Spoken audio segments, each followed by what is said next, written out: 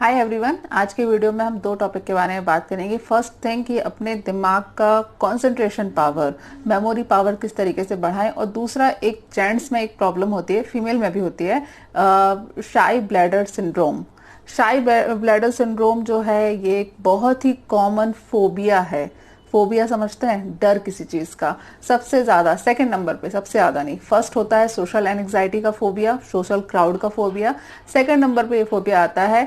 इसके बारे में हम बात करेंगे, दो टॉपिक के बारे में हम बात करेंगे। प्लीज वीडियो पूरा देखिए। वीडियो अच्छा लगे तो लाइक का बटन दबाइए, कमेंट करिए, शेयर करिए और प्लीज मेरे चैनल को सब्सक्राइब करें। चले पहले हम ये जान लेते हैं किसने सवाल पूछा है। ये मेरे पास पेड ऑप्शन के थ्रू एक सब्सक्राइबर का सवाल आया था। और अगर आप सोच रहे हैं कि मैं इस हाथ से क्या कर रही हूँ, तो मेरा एक डॉगी यहाँ बैठ के मुझे वीडियो शूट नहीं करने दे रहा। चले सवाल देख लेते हैं। इन्होंने सवाल किया है, हेलो दीदी, मेरा किसी भी काम में ध्यान केंद्रित नहीं हो पाता, ना ही ऑफिस में ना ही पढ़ाई में। तो क्या मैं इसके लिए ब्राह्मी बटी ले सकता हूँ? इसका कोई साइड इफेक्ट तो नहीं है? ये इनका पहला सवाल था। देखिए, ब्राह्मी बटी से या किसी भी प्रकार के जो ब्रेन टॉनिक लेते हैं, उससे आपका कंसंट्रेशन पावर इम्प्रूव नहीं होगा। इस चीज़ को समझना बहुत ज़्यादा ज़रूरी है। किसी चीज़ के लिए मन का ना लगना या ध्यान उसके ऊपर नहीं लगना, ये आपके दिमाग की प्रॉब्लम होती है। या सही बताएं तो आप ऐसा कुछ काम कर रहे हैं जिसमें आपको इंटरेस्ट नहीं है।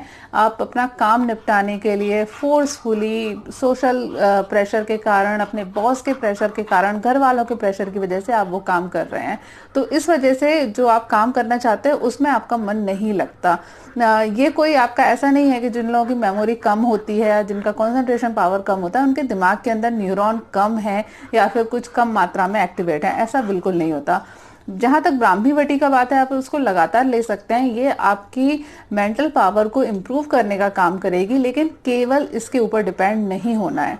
आपको बहुत ज़्यादा ज़रूरी है कि आप अपने कंसंट्रेशन पावर को बढ़ाने के लिए मेंटल एक्सरसाइज के ऊपर ध्यान दें। हम लोग के साथ ये बहुत बड़ी दिक्कत है कि हम लोग जब छोटे होते हैं, बच्चे होते हैं, तो काफ़ी ज़्यादा मत हिला कैमरा बेटू, वीडियो शूट करने दे।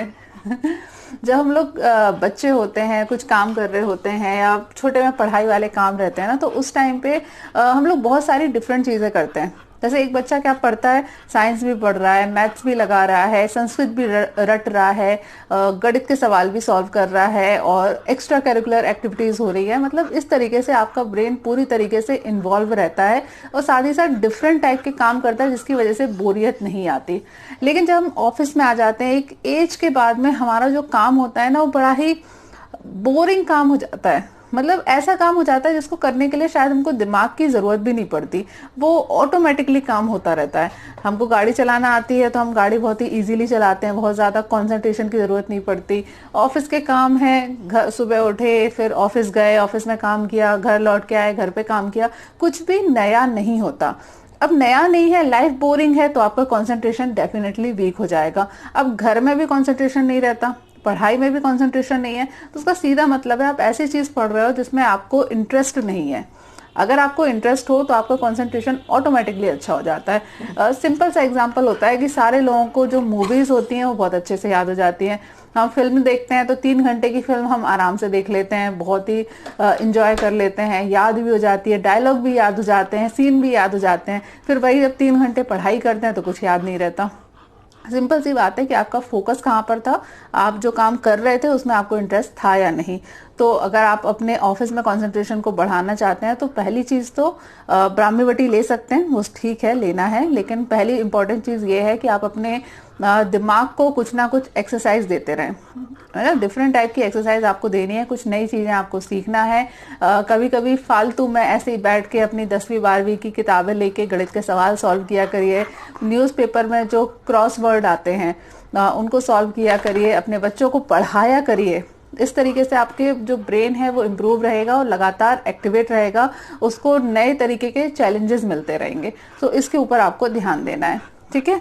उसके बाद आपने अगली चीज़ जो बोली है, सवाल किया था कि इनको सफ़ेद बालों की समस्या है, जिसके लिए मैं बीका डेक्सामाइन मल्टीविटामिन टैबलेट ले रहा हूँ। अगर कोई बहुत बढ़िया मल्टीविटामिन भी हो तो बता दो। मल्टीविटामिन का कोई साइड इफेक्ट तो नहीं है। देखिए, अगर आप कोई भी सप्लीमेंट ले रहे हैं, मैंने कई बार अपने वीडियोस में क्लियर किया है कि आपको सप्लीमेंट कंटिन्यूअस नहीं लेने चाहिए। सप्लीमेंट लेने से काफ़ी ज़्यादा साइड इफेक्ट होता है। सबसे बड़ी प्रॉब्लम ये आती है कि आपका जो डाइजेशन पावर है वो वीक हो जाता है।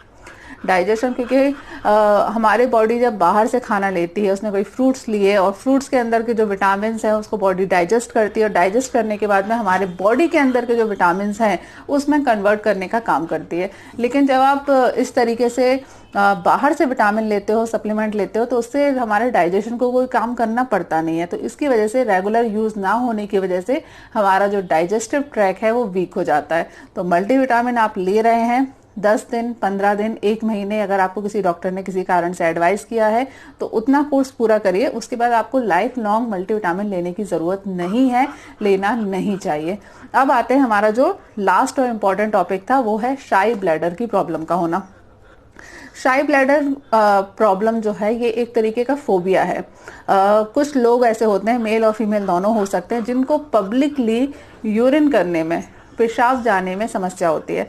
यदि उनके आसपास कोई है, वो मार्केट में है, क्राउड में है, और वहाँ पर उनको पब्लिक टॉयलेट यूज़ करना पड़े, तो उनको यूरिनेशन होता ही नहीं है, पेशाब उतरती ही नहीं है।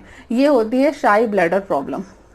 ये प्रॉब्लम गूगल के आधार पर, गूगल में जितने भी आर्टिकल्स लिखे हैं इसके बारे में पढ़े गए, उसके हिसाब से पूरी दुनिया में सबसे ज़्यादा सेकंड नंबर का जो फोबिया है, सेकंड नंबर की साइकोलॉजिकल प्रॉब्लम होती है, उसके अंतर्गत आता है ये। ठीक है, मतलब इतने सारे लोगों को ये प्रॉब्लम होती है कि पब्लिकली यूरिनेशन करने में, पब्लिकली तो नहीं लेकिन एटलीस्ट पब्लिक टॉयलेट यूज़ करने में, या फिर क्राउड में यूरिन के बारे में बात करने से, या यूरिन पास करने जाने वाली जो एक्टिविटी होती है कि भाई आप सबके सामने बोलते हो कि भाई प्रेशर आ रहा है, मुझे जाना है, फ्रेश होने के लिए जाना है, ये एक्टिविटी आप नहीं कर पाते। इसको शाई ब्लैडर प्रॉब्लम बोलते हैं।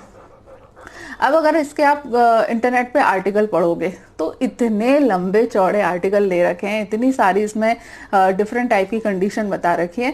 लेकिन ठीक है, नए नए फोबिया डिस्कवर होने चाहिए, नई नई मेंटल कंडीशन है उसके बारे में बात करना चाहिए, लेकिन जो अल्टीमेटली निकल कर आता है वो यही चीज़ है कि ये एक साइकोलॉजिकल प्रॉब्लम है। किसी ना किसी प्रकार का अंदर ही अंदर एक एंग्जाइटी है, एक इन्फिनिटी कॉम्प्लेक्स है, एक सो कॉल्ड गंदी बात वाला दिमाग में एक टैबू है कि यार अगर आपने किसी के सामने आप यूरिनेशन करने गए तो पता नहीं लोग क्या सोचेंगे, पता नहीं अगर किसी को पता चल गया कि वो पेशाब करने के लिए गया हुआ है तो लोग क्या सोचेंगे। इस तरीके के जब दिमाग में थॉट आते हैं तो उसकी वजह से एंग्जाइटी डेवलप होती है, और एंग्जाइटी की वजह से जो आपका यूरिनरी इंस्पेक्टर है, जो कि यूरिन को पास करने का काम करते हैं, वो क्लोज हो जाते हैं एंग्जाइटी की वजह से, और क्लोज होने की वजह से आपको यूरिन पास नहीं होता है। Sorry about that. Electricity problem, जिसकी वजह से लाइट वाली चीज़ काम नहीं कर रही थी, अभी इन्वर्टर पे लाइट है। चले, तो हम बात कर रहे थे वो ये था कि जब आपको इस तरीके के सोशल जजमेंट होने का एंग्जाइटी रहती है, टेंशन रहती है, तो उसकी वजह से आपको ये प्रॉब्लम आती है कि आपका इंस्पेक्टर है वो टाइट हो जाता है। अब इसको ठीक कैसे करना है? किसी भी प्रकार की फोबिया हो, किसी भी प्रकार की साइकोलॉजिकल प्रॉब्लम हो, कैसे ठीक होगी? जब आप धीरे धीरे उसको टारगेट करना चालू करोगे। यदि आपको सोशली इस तरीके से बात करने में, यूरिन पास करने में, पब्लिक टॉयलेट यूज़ करने में प्रॉब्लम आती है, तो सबसे सही तरीका ये है कि आप धीरे धीरे स्टार्टिंग करो, पब्लिक टॉयलेट जाया करो। नहीं होगी यूरिन पास, पहली बार में नहीं होगी, दूसरी बार में नहीं होगी, लेकिन अपने आप से बात करनी है, सेल्फ टॉकिंग करनी है, अपने आप को रिलैक्स करने के ऊपर ध्यान देना है, अपने आप से बार बार बोलना है कि इट्स ओके, कोई प्रॉब्लम नहीं है, ओके, अभी पास नहीं हुई तो अगली बार में पास हो जाएगी। ये कोई बहुत ज़्यादा बड़ी प्रॉब्लम नहीं है, बहुत सारे लोगों को होती है, करोड़ों लोगों को ये प्रॉब्लम होती है, लेकिन उसके बावजूद इसका ट्रीटमेंट इतना मुश्किल नहीं है। अगर हम इंटरनेट पे पढ़ें, अगर हम मॉडर्न वालों से बात करें तो इसके लिए वो एंटी डिप्रेसेंट मेडिसिन देते हैं, एंटी एंग्जाइटी टैबलेट देते हैं, पर मुझे नहीं लगता कि इन सारी टैबलेट से कोई खास फ़ायदा होगा। टेम्प्रेरी फ़ायदा हो सकता है, कुछ समय के लिए फ़ायदा हो सकता है, लेकिन लॉन्ग टर्म पे इससे कोई फ़ायदा नहीं होने वाला। तो अननेसेसरी मेडिकेशन के ऊपर ध्यान नहीं देना चाहिए। सेल्फ टॉकिंग करें। सेल्फ टॉकिंग इस दुनिया का सबसे अच्छा टूल है। अगर आप अपने आप से बात करते हो तो आप अपनी बहुत सारी प्रॉब्लम्स को ठीक कर सकते हो। तो अपने आप से बात करो, अपने दिमाग को रिलैक्स करने के ऊपर ध्यान दो। और यदि पहली बार में आपको प्रॉब्लम आ रही है, अगर आपको वहाँ अनहाइजीनिक फीलिंग आती है, यदि आपको गंदा लगता है, इट्स ओके, तो ऐसी टॉयलेट में जाओ, पब्लिक टॉयलेट में जाओ, बहुत ही ज़्यादा हाइजीनिक होती हैं, जहाँ मे भी बाहर लोग तो हैं लेकिन डायरेक्टली जो कैबिन होता है उसके आसपास ज़्यादा शोर नहीं होता। तो धीरे धीरे करके स्टार्टिंग करो। प्रॉब्लम को आइडेंटिफाई करना और ट्रीट करना बहुत ज़्यादा ज़रूरी है, क्योंकि एक साइकोलॉजिकल प्रॉब्लम धीरे धीरे दूसरी साइकोलॉजिकल प्रॉब्लम, धीरे धीरे तीसरी साइकोलॉजिकल प्रॉब्लम, इस तरीके से प्रॉब्लम बढ़ती जाती है। साइकोलॉजिकल प्रॉब्लम किसी भी प्रकार की हो, चाहे वो आईबीएस से रिलेटेड हो, चाहे शाई ब्लैडर सिंड्रोम से रिलेटेड हो, या फिर किसी भी प्रकार की, अपने लास्ट वीडियो में मैंने भूत प्रेत वाली, हार्ट अटैक वाली साइकोलॉजिकल प्रॉब्लम के बारे में डिस्कशन किया था। यदि उस तरीके की प्रॉब्लम हो, किसी भी प्रकार की जो साइकोलॉजिकल प्रॉब्लम होती है, उनका ट्रीटमेंट करना बहुत बहुत बहुत ज़्यादा ज़रूरी है, क्योंकि वो बहुत ही जल्दी कन्वर्ट हो जाती हैं। इसलिए इसको प्लीज़ टारगेट करो और इसका ट्रीटमेंट करो। मेडिसिन नहीं लेना है, किसी भी प्रकार के मेडिसिन के ऊपर आपको डिपेंड नहीं रहना है। अपने आप को, अपने दिमाग को मजबूत करने के ऊपर ध्यान दो। मेडिसिन केवल और केवल कुछ समय के लिए होती है, कुछ ट्रीटमेंट के लिए होती हैं, लेकिन यदि आपको परमानेंटली क्योर चाहिए तो आपको सेल्फ टॉक करनी पड़ेगी।